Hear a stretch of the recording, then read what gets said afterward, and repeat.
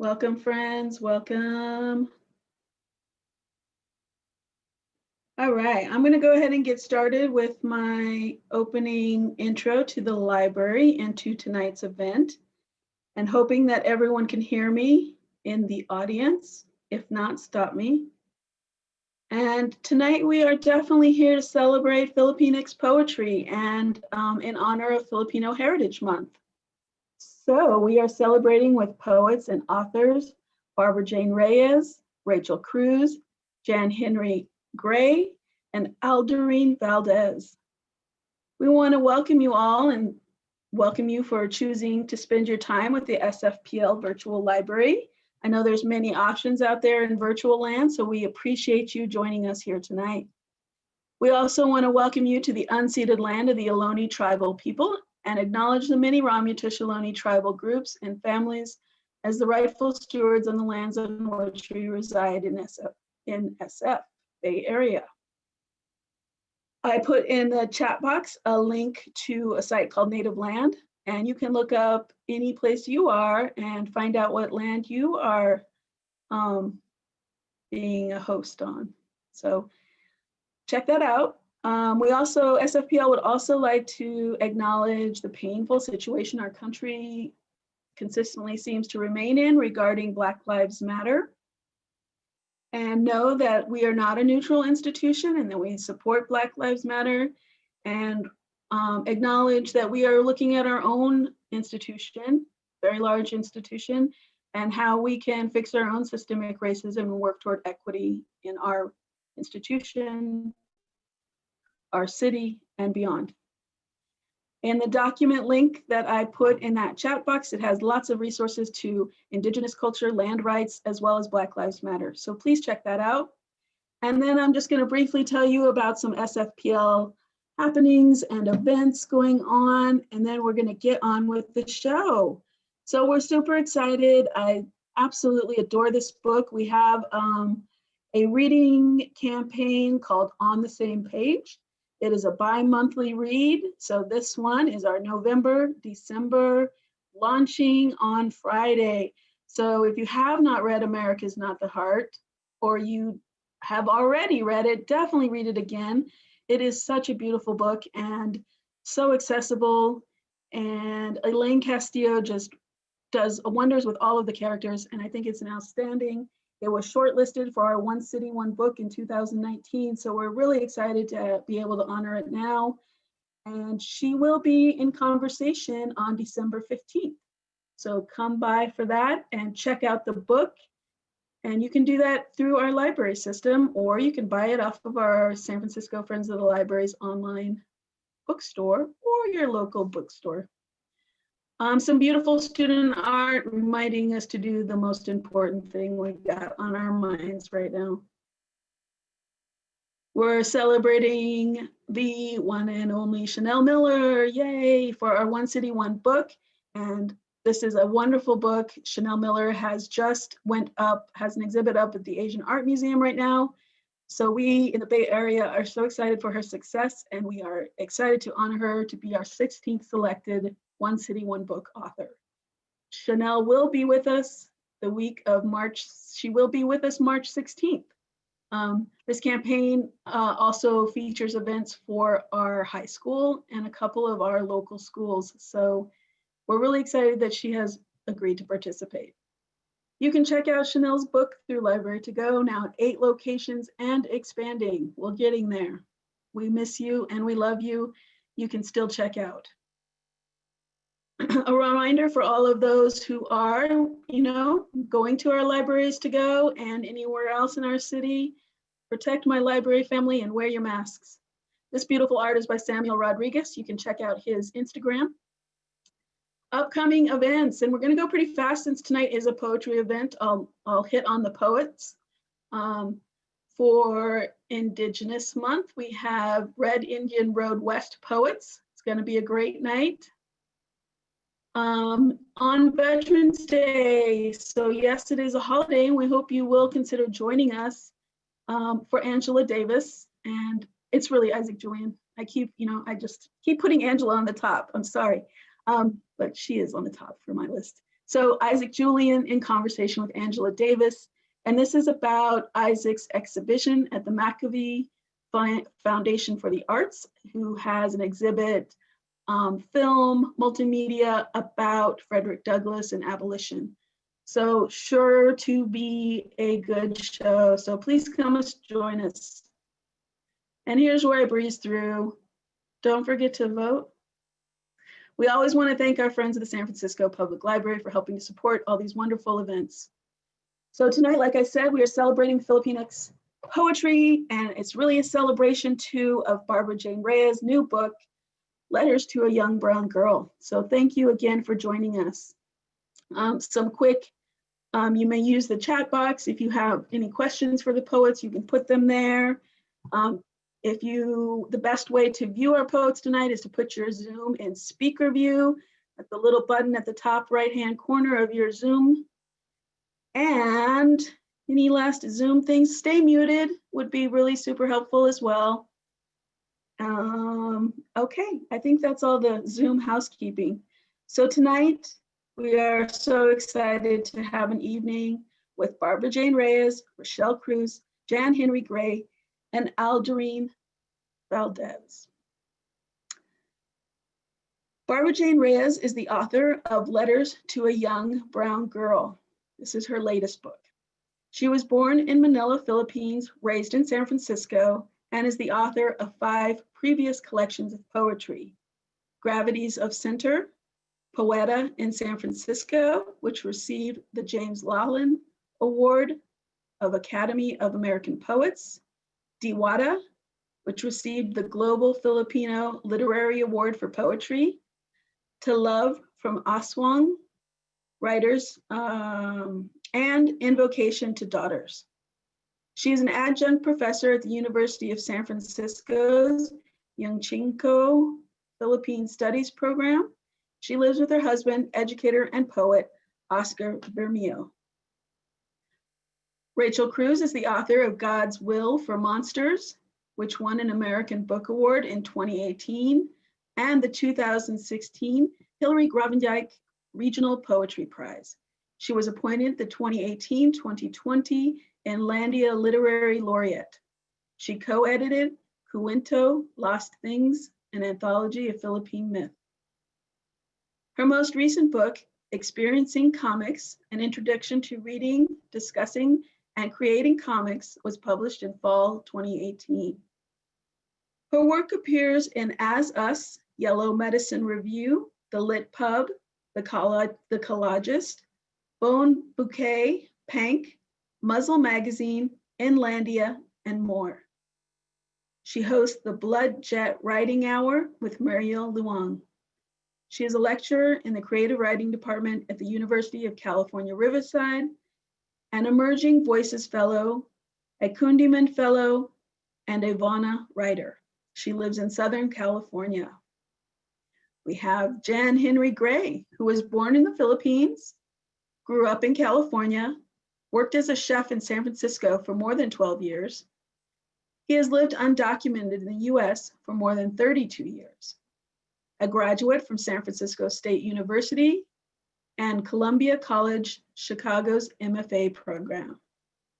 He received the inaugural Undocu-Poets Fellowship and awards from the Jack Kent Cooke Foundation and the Academy of American Poets. Jan's writing can be found in Nepandla, an anthology for queer poets of color, The Rumpus, Tupelo Quarterly, Colorado Review, Diagram, 14 Hills, The Margins, Quarterly West, Puerta del Sol, and other journals. He is the author of the chapbook Selected Emails from Sepsit Books. His first book, Documents, was chosen by D.A. Powell as the winner of BOA Editions 2018 Hulin Poetry Prize. He is a Kundiman Fellow and a visiting assistant professor at Adelphi University, coming to us from Brooklyn. And last and certainly not least, Aldrin Valdez is the author of ESL or You Weren't Here, selected as the finalist for the Lambda Literary Award for Best Gay Poetry in 2019. And Aldrin is also a writer and visual artist, and all their books that we can find at SFPL are in that link, and I'll continue to put that link. And if any books or anything comes up while we chat, I'll also add it to the document, but save that link and it'll have everything you need in it. And I'm turning it over to the poets right now. And a big warm welcome to our poets, everyone.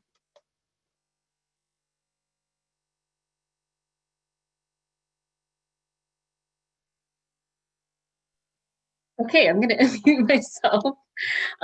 Thank you so much, Anissa and Lisa, San Francisco Public Library. I'm really excited to be here.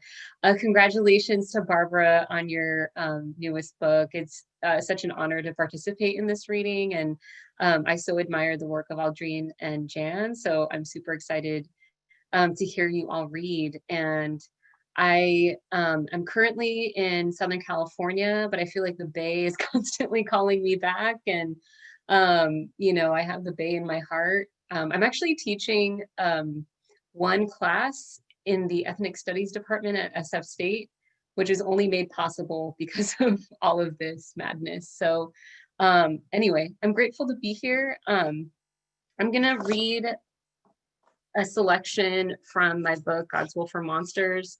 And this is inspired by my parents. They used to run a remittance office called Odina Foreign Exchange, and it was right off of the Powell BART station in downtown San Francisco at the James Flood building, right near the cable car turnover. And because of COVID, they've had to retire a couple months ago. So I'm gonna read just a few just an excerpt from this poem, and it's in the form of remittance forms. And remittances are essentially payments sent from folks, most often migrants, to send back home to their families in their home countries. And as a kid growing up in my parents' office, I was in charge of writing out the forms and dictating some of the messages. So this is sort of my reimagining of these forms. Maximum 25 words. Transaction, amount to be sent in words, $300. In figures, $300. Test question, what is girl's legal first name? Answer, girl. Message, please rush this message for your new cane. Make your walk steady again, okay? Also for mom's chemo, don't forget. Transaction, amount to be sent in words, $50 US. In figures, $50. Test question, what did I study in college? Answer, accounting.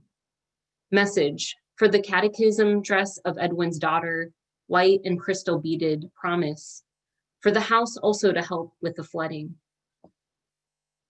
Transaction, amount to be sent in words, $1,000 US. In figures, $1,000. Test question, where did we first meet? Answer, your wedding. Message, don't tell anyone I'm sending this to you. Transaction, amount to be sent in words, $25 US.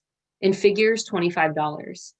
Test question, what's mommy's favorite fruit? Answer, durian.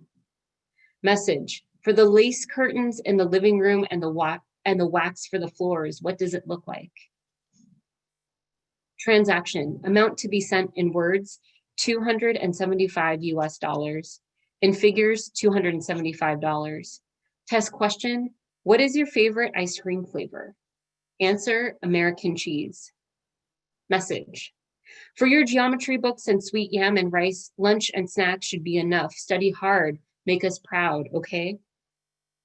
Transaction, amount to be sent in words, $850. In figures, $850. Test question, where did we first kiss? Answer, at the movies.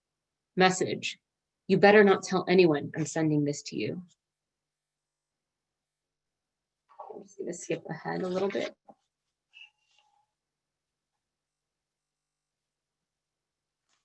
Transaction, amount to be sent in words, $600 US. In figures, $600.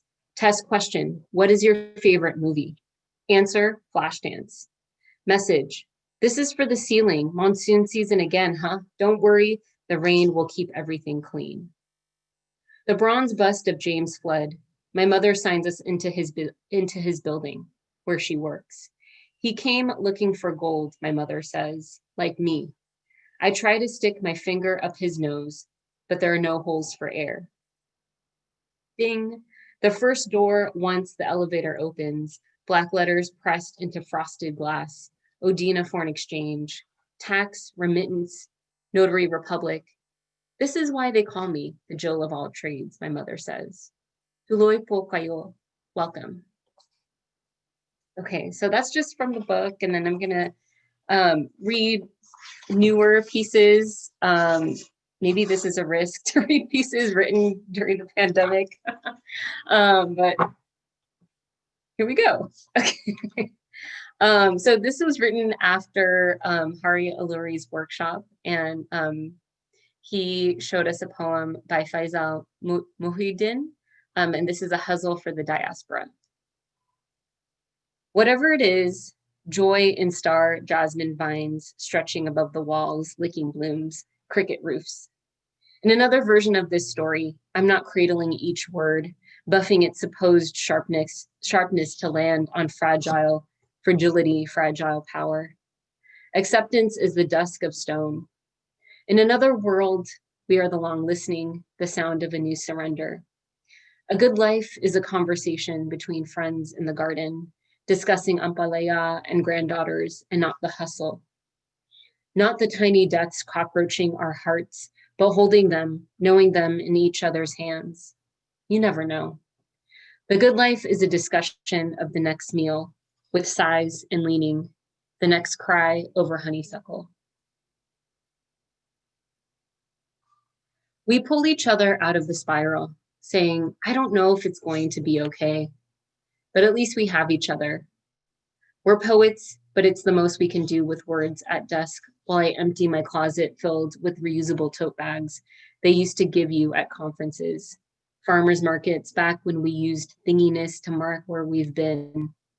I don't have anything big to say, just small knots of fury, the clenched jaw, the slamming down where I wished I could touch you. Okay, so this next and final poem is a longer piece, and it's a manifesto of sorts. Statement on Panay putridism. The same thing that keeps you safe, your intuition and how it unlocks everything. By everything, I mean love and a sense of here-ness. What happens now that the succulent is dead and the cat climbs on the computer keyboard? What happens now in this moment of birds singing and the vacuum running? The cat is looking at the phantom plant swinging from the window, the way he looks at the shadows I can't see, the way a child looks past me and into some portal that doesn't smell of musk and old tangerines drying in a canvas bag. I'm sort of sick of organization and the ways in which I need to calculate when all I want to do is learn about some Filipinx feminist nuns and write about Panay putridism. Panay putridism is the act of fermentation, of food, of body, of self, preservation to head into space with the helmet filled with vinegar and chili and spice, to dry into season and to smell the sink filled with fruit flies heading for a kind of woozy death, to drink the Vlasic pickle juice when no one's looking, when you're grown and can spend money on name brand pickles. What does a fermented poem look like? Not the kind of hipster who reinvents, then sells kimchi at the farmer's market. Panay putridism, a futurism that reeks. We here, we in this lunchbox opera of funk and delease. I want that. The pink of my sister's fingers eating bagoong is a poem. Finger painting that pink on her kindergarten star of the week homework, and the smell left a trail for all 5-year-olds wondering what's for dinner, or the teacher turning away in disgust. Food isn't a trend. My grandmother surviving. The specific ways we smell and sweat and sweet, I guess. How we ferment to survive. Fermentation isn't death. The cat just ate something unrecognizable, brown and leftover. And I want to try to stop making Bath and Body Works poems, poems that mask odors, layers of funk. I mean, every girl grows up with body wash wrapped in sparkling gift paper, pretending to lap up the smell with her pigtails. Is that gift basket of raspberries and cream meant for us to smell good or for you to bear the sight and smell of us? Thank you so much.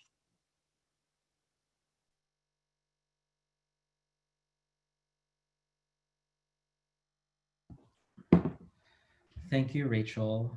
I knew there was going to be food. It was unavoidable. It's so nice to, let's see, technology. Is it in the way or is it helping? Let's see. Here we are. It's so nice to see people's actual faces and people's names floating around here and elsewhere. To state the obvious, it's an honor to be here, and it's such a pleasure to share an evening celebrating Barbara Jane Reyes' new book. Book number 6, right? Yeah, I mean, that alone is an accomplishment to get to 6 and then some more, because we know that there's more. Okay.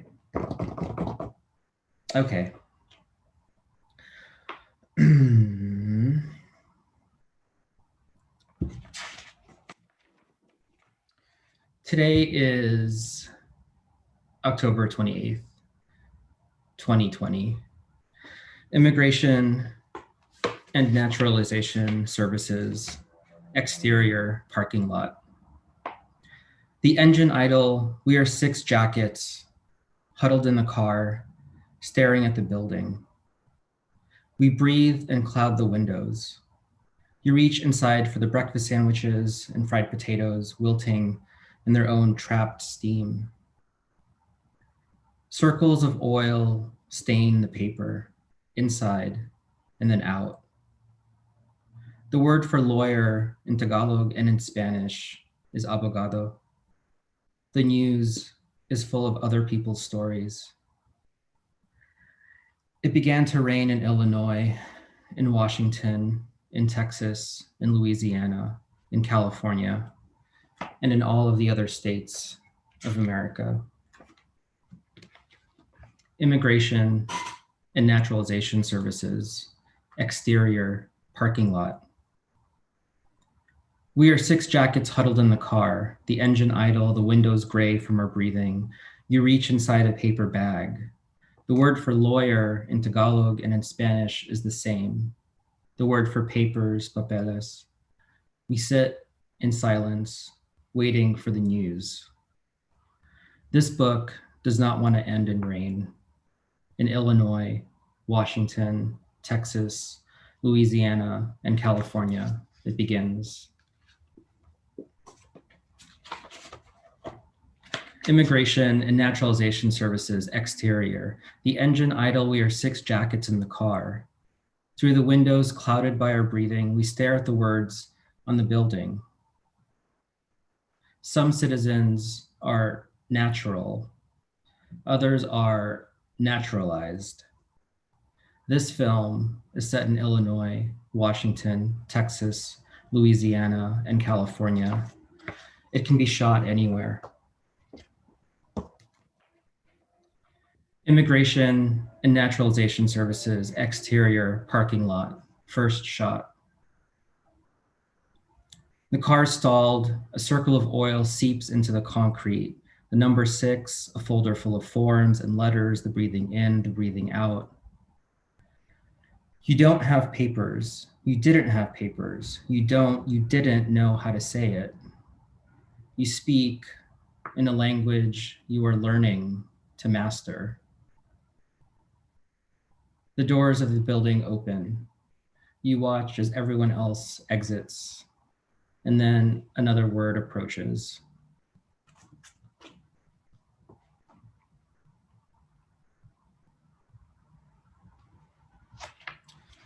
This book has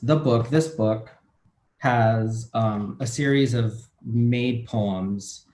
This is made poem number 2, which, you know how sometimes a poem will have a title in a book or somewhere and it has your own title.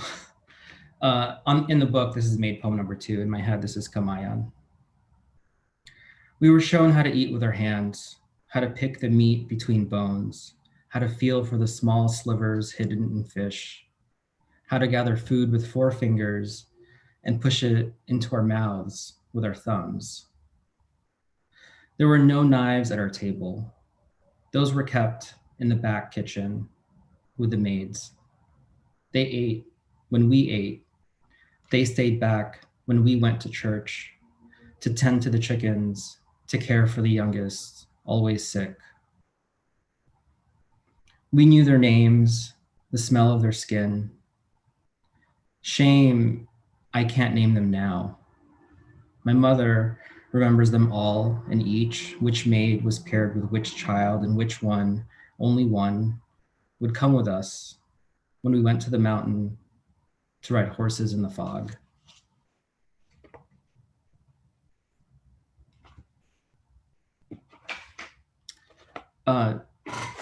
Just a little more food. This book is, this poem is somewhere else. It's on this piece of paper. It's also in the Jet Fuel Review. What am I saying? A great literary journal out of Lewis University, full of good people. This poem is called Meat.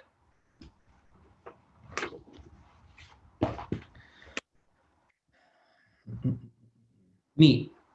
To avoid torching the skewers, soak overnight in water. To guarantee the lean meat tender, steep in a marinade of vinegar. Too much acid will gray the outer flesh, so temper it with something sweet, like honey, something grounding, like soy. Add smoke, or tomato, or black pepper. Pepper is a bridge between 2 flavors. To marry cherry juice to cinnamon, boil both with whole cloves, clove of pepper, clove of garlic, elephant, garlic, heart. The language of the heart is stupid, is inarticulate. It needs tending, tendon, time, a night in, sealed. Before slicing, let rest. So much happens to flesh. Its brief time exposed to so much fire.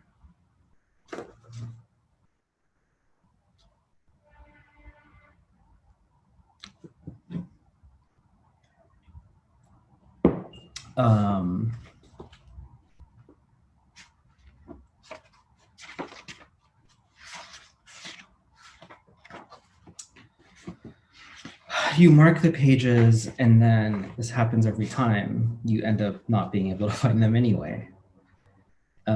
Was the marking of the pages worth it?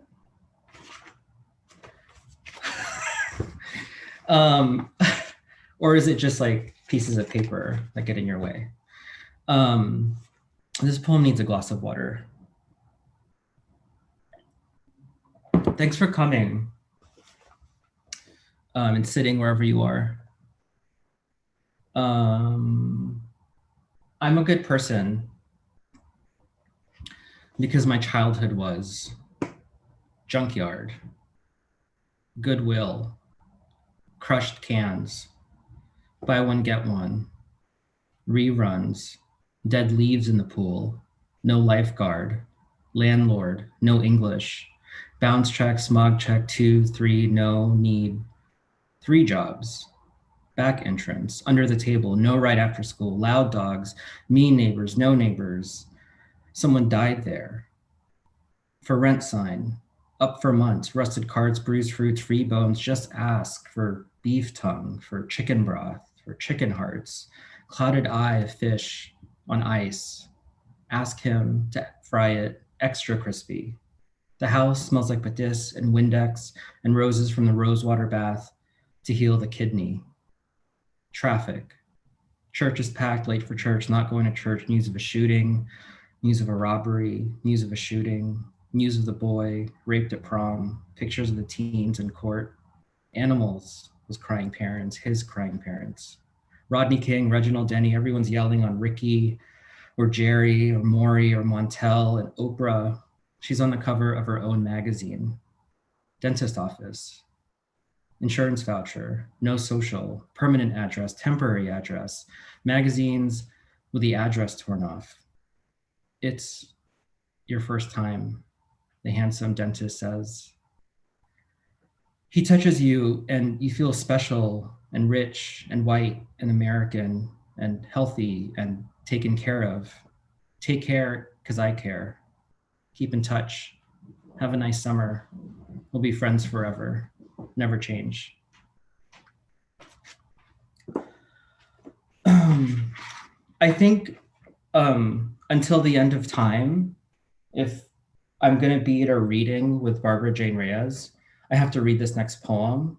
So I don't know if that's a warning or an apology or just a fact, but that's what it is.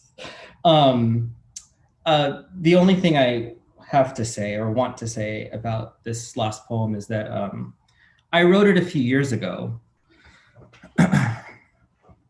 So whatever that means. Again, thank you. This is Acknowledgments. I haven't read Carlos Bulosan or Jose Rizal. I haven't read Jessica Hagedorn. I haven't read Patrick Rosal. I haven't read Rick Barrett until this year. The Galleons is amazing. I haven't read Nick Carbo. I Googled so many people. Eileen Tabio, Jimeno Abad, Michael Mello, Fatima Lim Wilson, Virginia Sereno. But I haven't read any of them either.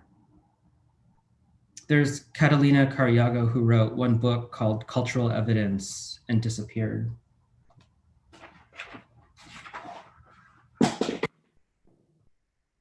Here. I didn't know Randall Mann and Ronaldo Wilson were Filipino, or half. I might have read them without knowing. I followed and then unfollowed and then followed Oliver De La Paz on Instagram because I got bored or jealous seeing his kids at the pumpkin patch, adorable kids opening presents, eating spaghetti. And then there's Mark Gaba, who I think I would like. He went to Iowa, then quit Denver. In an interview, he said, part of the reason I left a PhD program is that I felt like anything I could say would be treated as that thing said by that guy from the islands. How insulting and misinformed, though easy to understand, because America tends to be locked in on itself as any center of the world. And the Philippines keeps representing itself as a tourist destination with beautiful beaches everywhere. The interviewer asks, so what are you going to do now? He says, I'm going to work on a painting. I think I hit upon a solution to introduce narrative to the process. As far as creation goes, that's the best thing that's happened today, to find where in that abstraction is the beginning and the end. Of course, it's going to be a process because in abstraction, to finish is to make narrativity disappear. I followed Barbara Jane Reyes on Facebook for a while, years. I didn't like this post of hers initially, but I've been thinking about it for days. Now it's in this book. She wrote, here's the thing. You grow up as a Filipino in America believing we are not represented in literature. This is a problem, and so you diss literature. Then you learn there are lots of Filipinos in America representing in literature. You make the decision, however, to continue dissing literature. You make the decision not to read. You diss Filipinos in America in literature. And then you go about your life pretending they don't exist. that they never existed in the first place. You are now part of the problem. On every cover letter I've ever written for every school, every award, every scholarship, every fellowship, I make sure to say that I was born in the Philippines so the judges know that my white sounding name belongs to me. Thanks.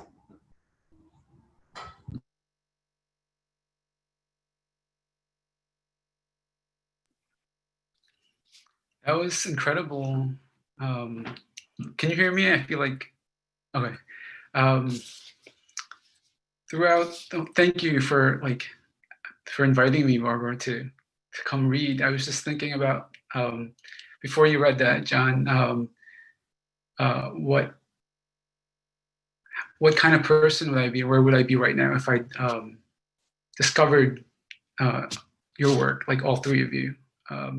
But just to say that I feel very connected right now, and I feel, I know my gut is very happy, but it's also twisting because I'm nervous in a very Tagalog kind of way, and all the things you're talking about are in my stomach, and they're real and they're hitting me. So, but I need to keep focused or bring that anxiety to the poems. There's also a lot of food here, but I don't know if you want to eat them. I'm going to start with what you've been talking about in terms of absence and dissing. And this one is kind of thinking about the romances of the Philippines, the romance that is the Philippines. And from the myth, for me, like a genesis, starts in Mactan. Mactan romance. 3. From afar, one appears to drink from the other as from the crown of a coconut. Behind them, the sun dissolving beyond the mangroves. Neither one can see much in the shadows, though Lapu-Lapu feels it.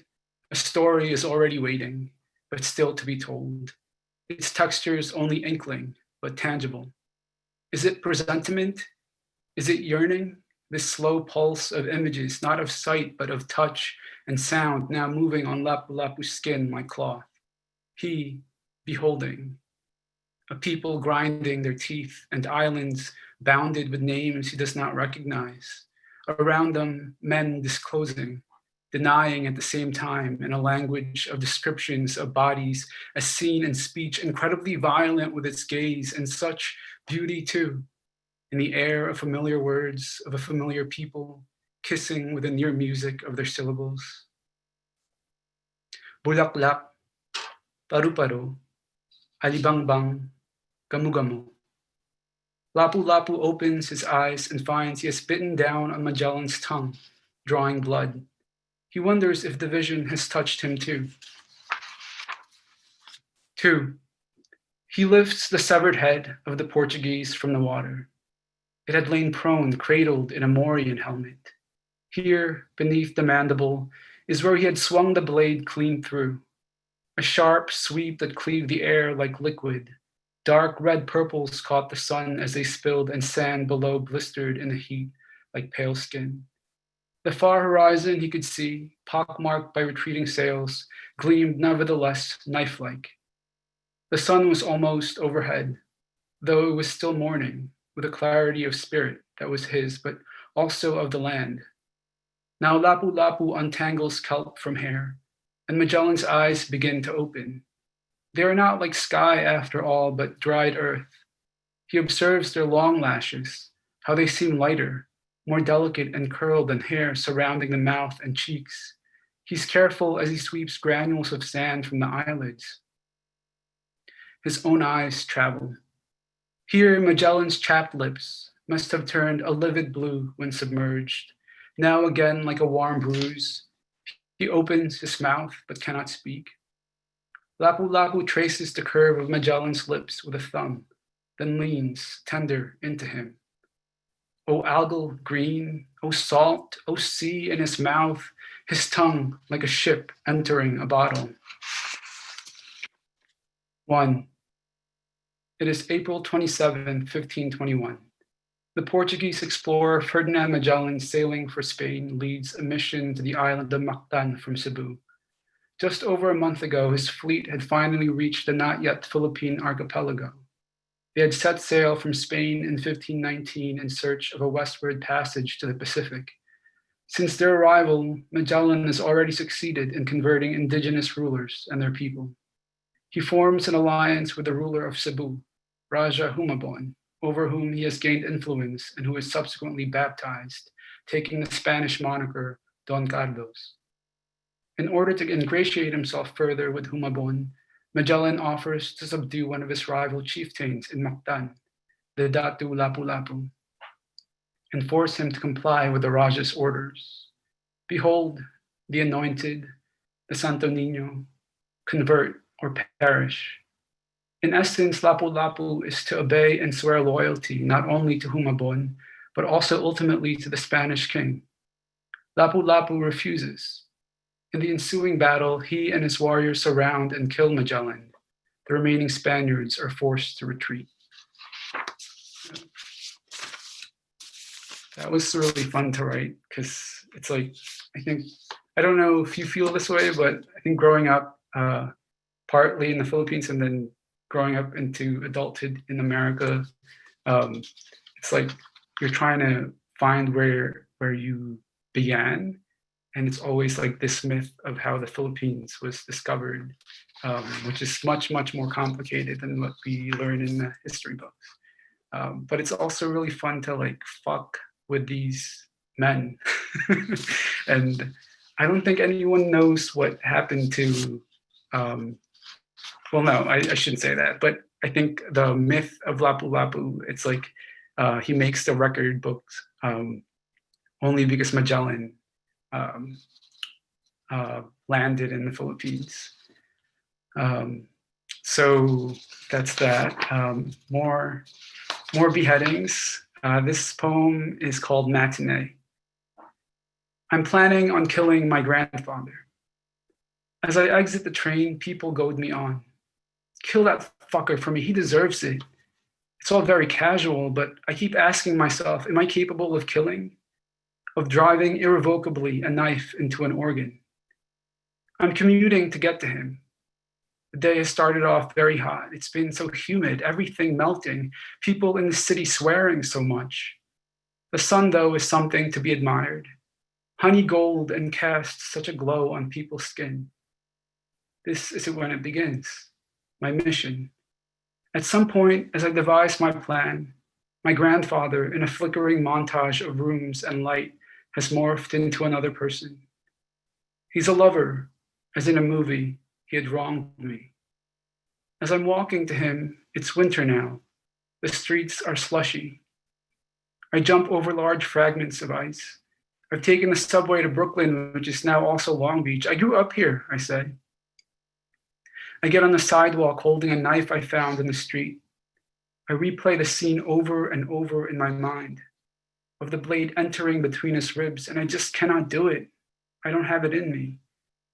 But what would my friends think?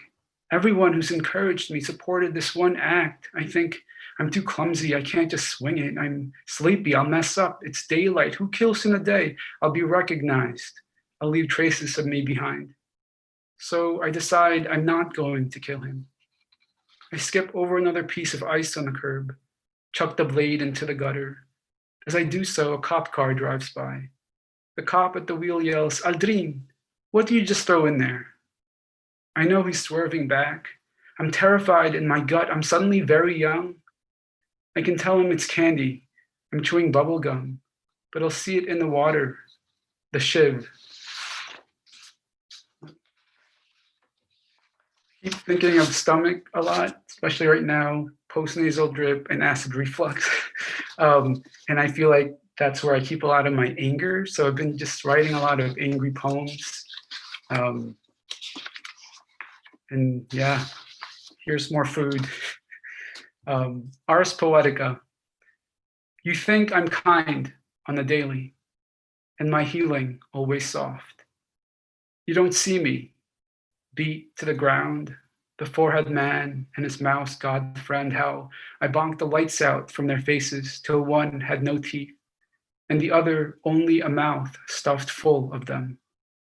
Across this white field, I use my own pointy thing. Stabbing, after all, is always personal. You see, they did not see my rage coming. Said they wanted me to go home. Go back, their jaws cajoled. Go back to where you're from. And so they saw me go and go with each blue wide-eyed stab and stab into the bone and mush of them. Gone, home, home to my rage. And they, such slabs of meat, stayed. And I'll read one more. Hope I'm not going over time. Do I have time? This the last one. It's after a film called God's Own Country. And it's this queer film that takes place in the UK. And I had to stop the movie because it's between two gay men, and I was certain, my gut was telling me that something terrible was going to happen. And because they're queer people, I knew something was going to happen in terms of like one of them dying, but that wasn't the case. But this is the poem I wrote in between the viewings. God's Own Country. You break the stillborn lamb and skin it to make a coat for the runt you saved the other day. And now the mother kisses it as if it were her own. Now the runt is welcome to its teat, unjettisoned, reattached. You teach me my hand and my hand and my hand in yours until I stop grabbing so impatiently as I'd had to learn on my own. I was always sheeted to the wind, my foot nailed to a post in the mud. If I thought of longing, I didn't call it longing. I woke one day in the blue, still hammered, found myself under a tarp you'd spread to hold me against the cold. I was warm. I didn't know. I never gave to anyone.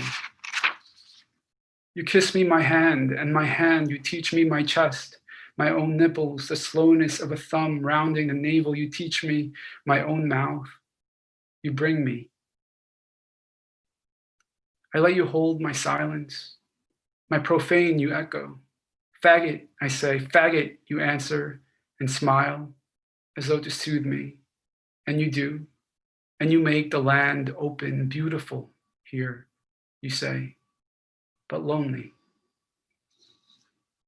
The hills are made of grass, slate, clouds, and light. We are breaking rocks to be chiseled, make fit into each other. We are laying steps in the fog, in God's own country. Your prayer and your spit on my broken palm, you kiss and lick, you say, the skin is just grazed. Thank you.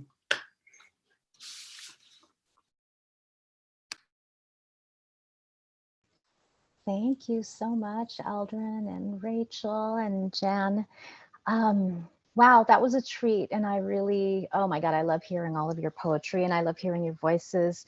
Thank you for joining me this evening. Thank you also, Lisa and Anissa at SFPL for having us here. And also a shout out to SFPL librarian Abe Ignacio for, getting this together and having it happen, right? Making it happen. So we are here indeed to celebrate my book, Letters to a Young Brown Girl. And I'm really, I'm really thrilled with this cover. So I have to show it to everybody before I ever start. The cover art the image was created by a Pinay artist in Philly. Her name is Maria Dumlao. It's called An Ally, Isang Alay at Manananggal.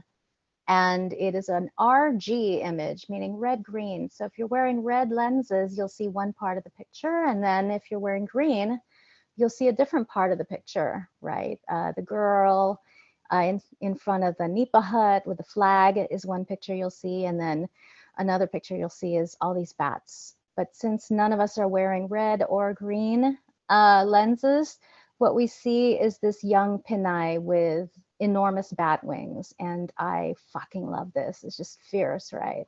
And then also, you know, I don't know if we have any font geeks here, but this is Quiapo font, right? It is also a font created by a Filipino designer. And when I was talking to the book cover designer at our publisher, BOA, you know, she asked me like, I don't really know the story of this font. Tell me about the Quiapo font. And I said, that is like everybody's handwritten sari-sari store sign, right? Or balikbayan box. That's that beautiful hand lettering that Filipinos are, you know, do when you see these beautiful penmanship on balikbayan boxes and stuff like that. So anyway, I always love to point these out because, you know, we would otherwise miss the details, and I want to shout out some Filipino artists, right, for their work. Okay, so, you know, once again, thank you, Rachel and Jan and Aldrin. I have to say, you know, I was like, oh my gosh, who do I invite to all of my readings? I've got all these events coming up, and you know, it's like there's so many up and coming Philam poets who, you know, I guess the professional thing would be to say, you know, work is interesting, or it is, you know, I'm so interested in seeing what comes next. But, you know, I just like your work, so I'm just happy you're here with me. So thank you. And I guess continuing on with the food theme, I wanted to start with the first brown girl letter in this book from it's called Brown Girl Consumed. Dear Brown Girl, this is just to say, motherfuckers love your food. Bon Appetit says the latest craze is popcorn and gummy bears in your halo-halo, and you're looking at this sideways as others nod in gratitude. Andrew Zimmern also swears by sisig. You're the latest craze. You're an episode of Bizarre Foods. He says Americans can't get right with creamy pig brains, so he alters your recipe to make it acceptable. He exits the metropolis in search of the authentic. He slurps worms dipped in vinegar, pulled straight from a fucking tree. And then he pales at your dirty ice cream. What a dick. You are parts unknown, and so Anthony Bourdain also comes to bat for your balut. He throws back his head and swallows Emily Dickinson's beaked and feathered hope. Next time, he'll sip this strange little salty bird. He'll crunch this little baby's bones, wipe his mouth, and the world will learn Filipinos are so poor they'll eat anything, a people with so much resilience. Your archipelago is a culinary adventure. You should be grateful. You are on our map. Remember when your classmates teased your stinky lunch, your marrow bones, soup, pates, and rice, your spoon and fork. Remember when they told you that you eat dog food and you didn't know how to go home and cry to your mom because she was just too busy working? Well, fuck all that now because you're cool. Your pork bellies sizzling in cast iron, cool. Your organic free trade leche de coco simmering, cool. Your edgy piquants and aromatics, your umami. Your pricey specialty grocery items spilling out of the suburban supermarket's ethnic aisle. Your urban food trucks at an art show, cool. Your vegan man bun hipster, cool. Your deconstructed lumpia, cool. Your wine pairings light years from the go-to passe Rieslings, yawn. You're cooler than California rolls, than chop suey, and people freaking the fuck out over Kung Pao chicken at Panda Express don't know how cool you are because they're gag reflexing at the innards we third worldlings eat. They'll never know the 12-hour work shifts of TNTs sweating into high-end catered meals for lesser than minimum wage, under the table, never mind subsistence. They'll never know about street kids scrounging for bug. They'll never know the recipes of our cataracted grandmas who stayed home and never learned to read, or the ones who can still recite Jose Rizal's Mi Ultimo Adios, from the heart, as the nilaga stews. Dios mío, the chismes around tables of itchy gabi leaves and roots and malunggay fronds, elders' manicured hands like luya. Sige na, anak, they say. Clean these tables, we'll play mahjong later. Dios mío talaga, our spinster titas, who single-handedly took the sharpest machetes to the pigs and to some men's throats. Bled those tasty motherfuckers, flipped hand-rolled tobacco with their tongues. With their chorus of boning knives, these works of art no metropolitan museum would ever show. Dios mío, all the breaking necks and bleeding, all the flaying and the cutting, in pambahay, chinelas, gold rings, and anting-anting. All this after morning mass, all this before noon. This is where you told them about your broken heart. This is where they said, ay babae, he was never good enough for you. This is where they wiped away your tears and said, anak, you are a good girl. Fuck all these first world gourmands swearing Filipino cuisine is the next big bandwagon to ride to the bank. Fuck their rebranding for bourgeois Western palates. Fuck all that, girl. Go on, get down with your kamayan and your banana leaves, your slurping fish heads, your extra rice to soak up the crab butter, your chicharron and San Miguel with your crooning titos, your dad's canned Ligo sardines, salted eggs and tuyo cooked on the backyard grill, your green mangoes with ginisang bagoong, dear, deep red, so sweet and so cool. I'm going to read, I think I'm just going to move ahead. You know, I also, like you, Jan, I marked all my pages and then that kind of just doesn't mean anything anymore. So I'm just skipping ahead to the section that is called Letters to a Brown Girl. And it does start with an epigraph from the dear and great Diana Prima, who just passed away a couple of days ago. So, you know, big shout out to her for being just one of the fiercest women poets, one of the fiercest poets I'd ever read and met. And from her revolutionary letter number 1, she wrote, nothing to break or barter but my life, my spirit measured out in bits. Dear brown girl, after all this, you still ask me how it is I arrived at the poem. I want to tell you about my rounded looping penmanship in berry-scented ink. I want to tell you about typing my words on an old typewriter, pushing its carriage return, poems with no correction tape. I want to tell you about drafts upon handwritten drafts, about the smell and feel of so much cream and marbled Florentine paper, about cutting class and taking the afternoon to shop for handcrafted notebooks and writing implements. I want to tell you about my pink ink lowercase i's dotted with chubby hearts. I held so much unrequited sweetness. I want to say I was waiting, but I don't know what I was waiting for. So much ache, so much breaking. I want to say so much about silencing and time. Dear brown girl, remember those diaries we were gifted as young girls, pale, pink, and floral, embossed with golden curly cues? Remember that tiny golden lock and precious key? Remember wanting to crawl inside and hide there? Remember how not speaking yielded so many secrets? Remember how you'd write and write like if you didn't write, you would just die. Like if anyone ever read what you wrote, you would just die. They'd say, artista ka talaga, sus Mario sa panak, and you'd cry. Of course you'd cry. Remember when you were 19, your poems were so honey-coated. Your language was not really your language. It was so sugary, fancy, and high. You wrote about things you didn't know how to write about. 19-year-old girl living on top ramen and minimum wage.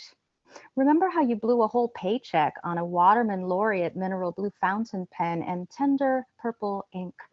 How you transcribed your finished poems into the matching hard-bound violet marbled journal edged with gold leaf.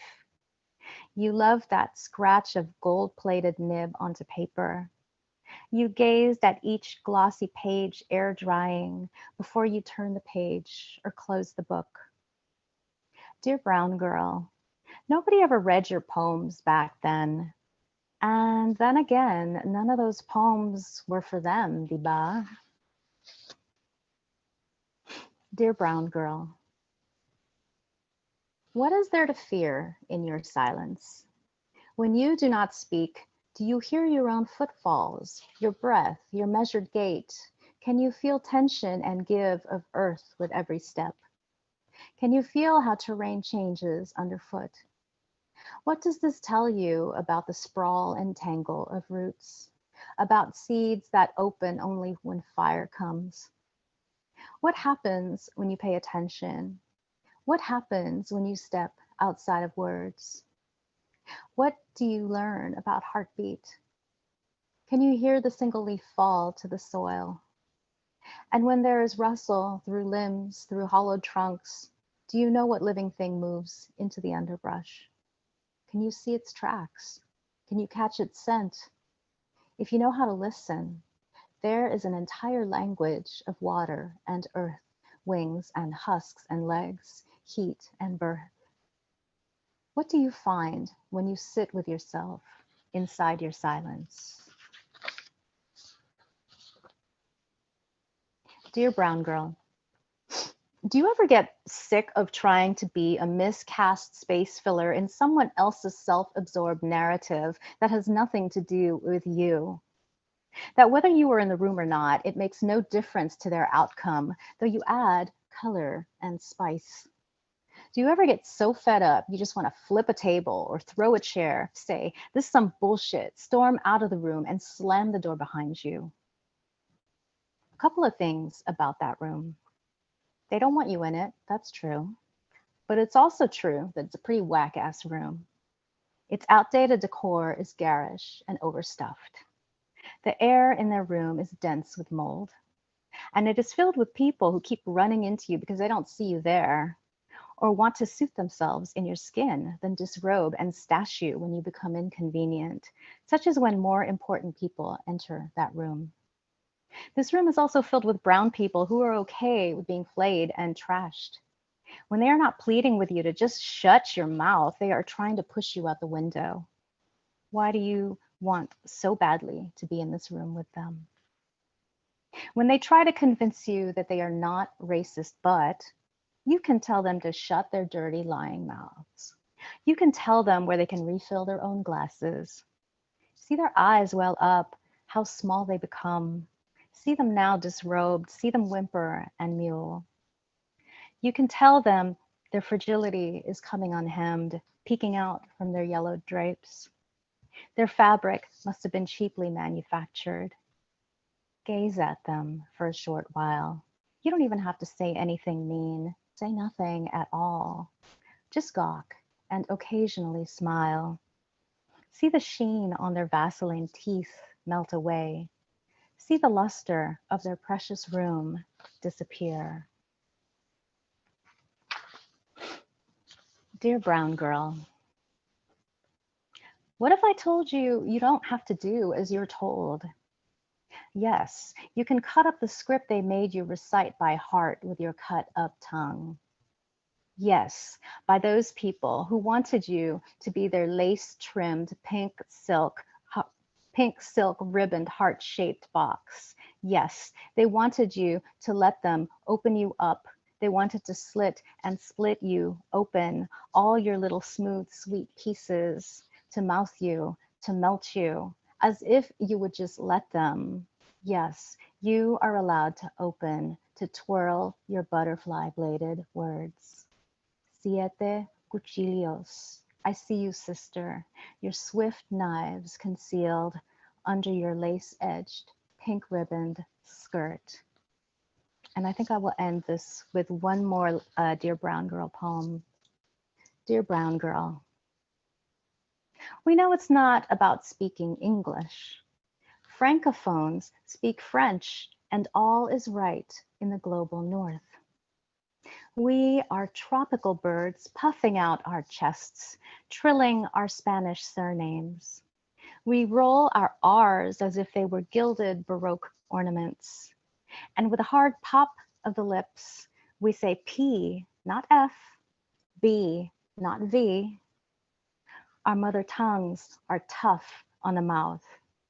And spewing spittle, vinegar, and bits of ginger, we make cuento, all of us, all at once. And sometimes it sounds like a lot of neck bones cracking.